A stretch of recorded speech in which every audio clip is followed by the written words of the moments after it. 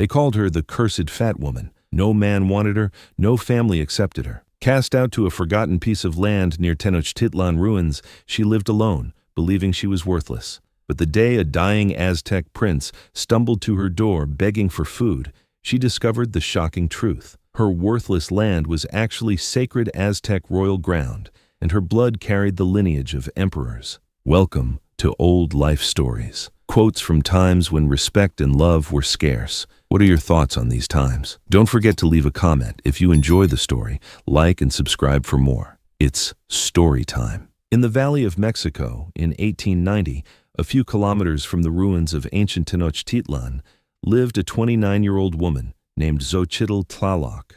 Though her name meant flower in Nahuatl, her life had never been flower-like, more like a thorny bush, something everyone avoided, something no one wanted to touch. Xochitl was large-bodied, not fitting the standard society defined as beautiful. Her round face, full figure, and wide hips had made her a constant subject of criticism and mockery. But her real flaw, in the eyes of her family and husband, was her inability to have children. 7 years ago, at 22, she had married a merchant named Rodrigo Salazar.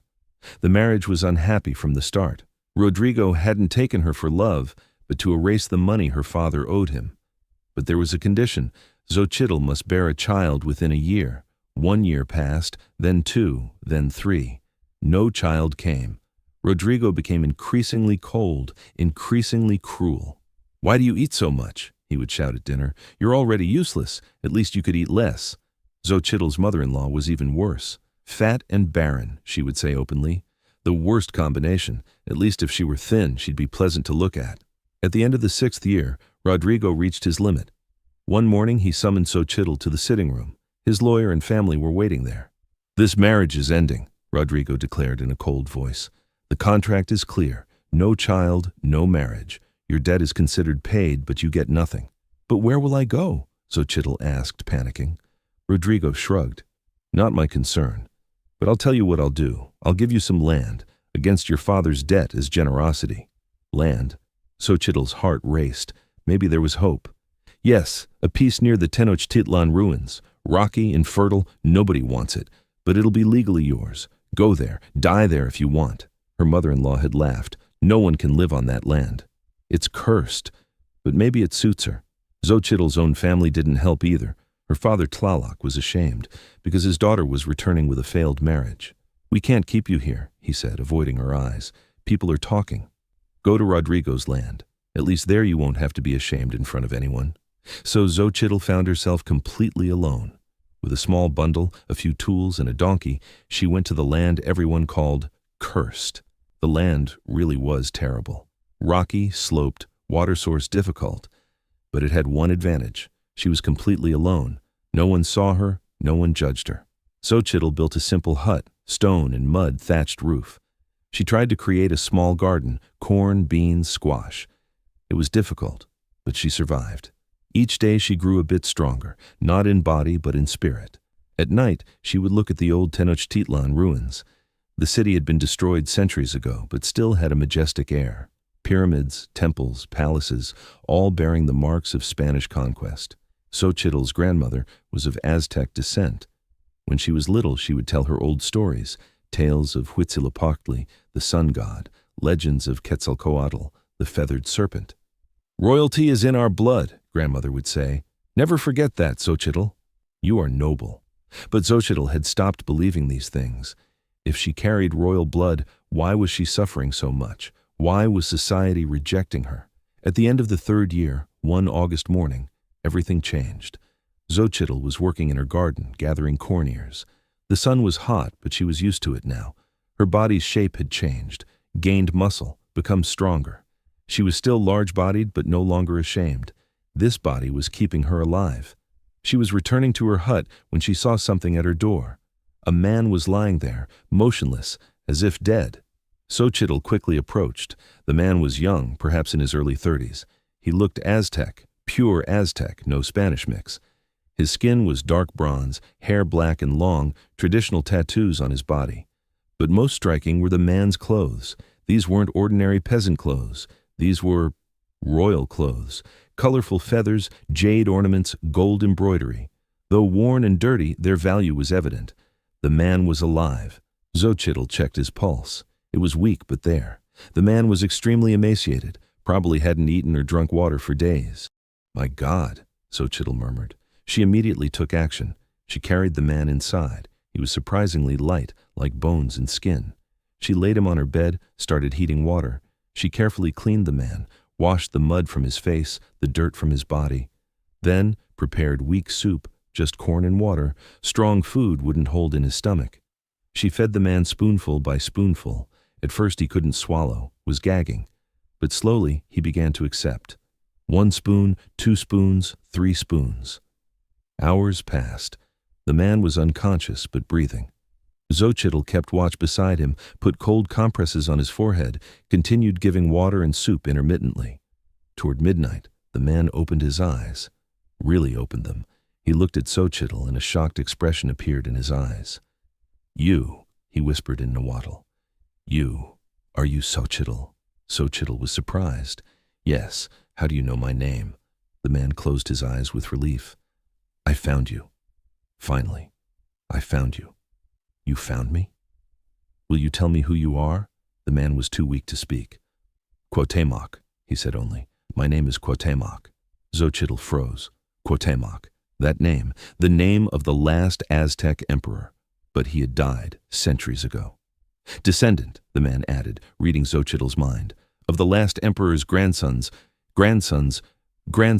royal lineage, last heir." Then he passed out again.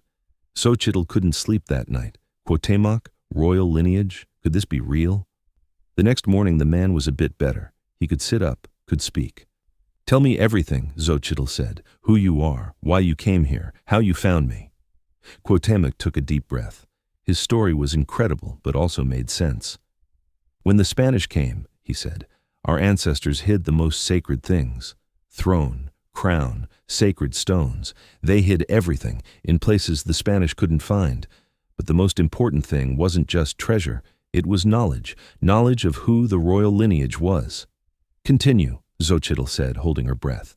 "The royal lineage continued, secretly. Each generation an heir was chosen, kept secret, protected. I'm from the last generation, but I'm all alone. My family died, disease, poverty, violence. Only I remain. But where am I in this?" Cuauhtémoc looked directly at her. "You also come from royal lineage.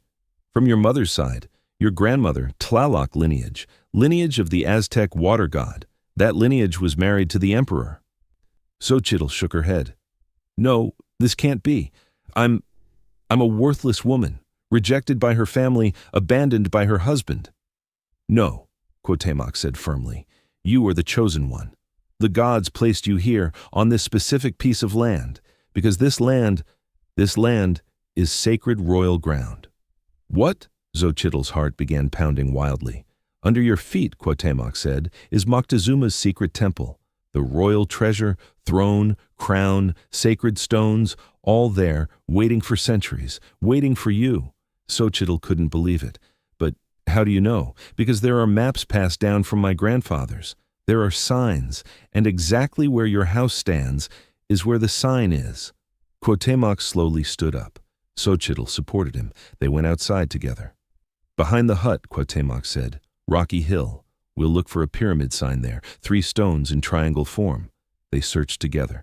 After a few minutes, Xochitl found it. Indeed, 3 large stones forming a perfect triangle. They looked natural, but their arrangement was too perfect. "This," Cuauhtémoc said, "now lift the middle stone." Xochitl lifted the stone with difficulty. Underneath was a small entrance, descending into a tunnel. "Let's go down," Cuauhtémoc said. With torches in their hands, they both descended carefully. The tunnel was narrow but solid, had been standing for centuries. As they went deeper, they arrived at a chamber. The chamber. Xochitl held her breath. The walls were covered with gold plates. Jade mosaics sparkled on the ceiling. In the center of the chamber was a stone platform with objects arranged on it. A throne, carved from obsidian, decorated with feathers. A crown, jade and gold, shaped like the sun. Sacred stones, each representing a different god. And a codex, ancient Aztec book, leather-bound, full of glyphs. "My God," Xochitl whispered, this is real." "Very real," Cuauhtémoc said, "and now yours. You're one of the royal heirs. This belongs to you. But I'm just a peasant woman, rejected, abandoned." "No," Cuauhtémoc said, turning to her, "you're a queen. The gods placed you here. The land was given to you as worthless, but actually it was most valuable. You were rejected by your family, but chosen by the gods." Xochitl felt tears in her eyes. All her life she had felt worthless. But now, was she a queen now? In the following days and weeks, as Cuauhtémoc recovered, he taught Xochitl everything: Nahuatl language, Aztec history, royal traditions, tales of the gods. "But why?" Xochitl asked one day. "Why are you teaching me this?" "Because," Cuauhtémoc said, "our people, the Aztecs who remain hidden, need a leader. I'm alone, weak. But you're strong. You survived. You carry noble blood. And maybe together we can rebuild our people." "Together?" Cuauhtémoc looked at her. "Xochitl, I don't see you only as queen. I see you as life partner." Xochitl's heart stopped. "But I'm fat, barren, worthless." "No," Cuauhtémoc said, leaning forward. "You're strong. You survived. You're brave. And barrenness, maybe it's not a curse, but a gift. If there were children, the Spanish would use them. But now, you're free. You can write your own destiny."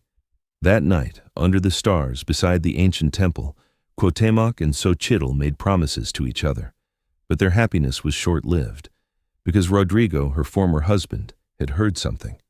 That strange things were happening on Xochitl's land, that a man was living with her. He came with a group of men, armed, dangerous. "That land is my property," he shouted, "and whatever's on it is mine too." But before he came, Cuauhtémoc had already made plans. Using the old Aztec network, secretly living families, protected communities, he had called for help. When Rodrigo and his men arrived, they faced 30 Aztec warriors, armed with traditional weapons, but most importantly, righteous. "This land is no longer yours," Cuauhtémoc declared in royal clothes, crown on his head. "This land is royal ground, and this woman, Xochitl Tlaloc, is queen. You and your men, leave now, don't return." Rodrigo saw the numerical disadvantage. He retreated, but threatened. This isn't over, but it was over, because using part of the treasure, Cuauhtémoc secured the legal rights to the land. The Mexican government had begun recognizing indigenous rights, and with documents proving royal lineage, Xochitl's land was untouchable. 5 years later, that worthless piece of land had become a small community center. Families of Aztec descent had come, formed a village. Xochitl and Cuauhtémoc had become their leaders, not king and queen in the modern sense, but spiritual leaders, protectors. Xochitl still couldn't bear children, but she no longer cared. Because every child in the village was her child, every elder addressed her as queen, every young person consulted her. One evening, as the sun set and the ancient temple glowed with golden light, Cuauhtémoc asked Xochitl something. "Did you ever regret it?" "Your old life, city life." Xochitl smiled. "That life was never mine. But this is mine, every moment." "The gods chose you," Cuauhtémoc said. "What you saw as flaws were actually gifts." Xochitl leaned on her husband, looked at her community and at her land, no longer cursed but sacred. They had called her the fat failure, but the gods had seen her as queen, and sometimes those society rejects are the ones the gods choose.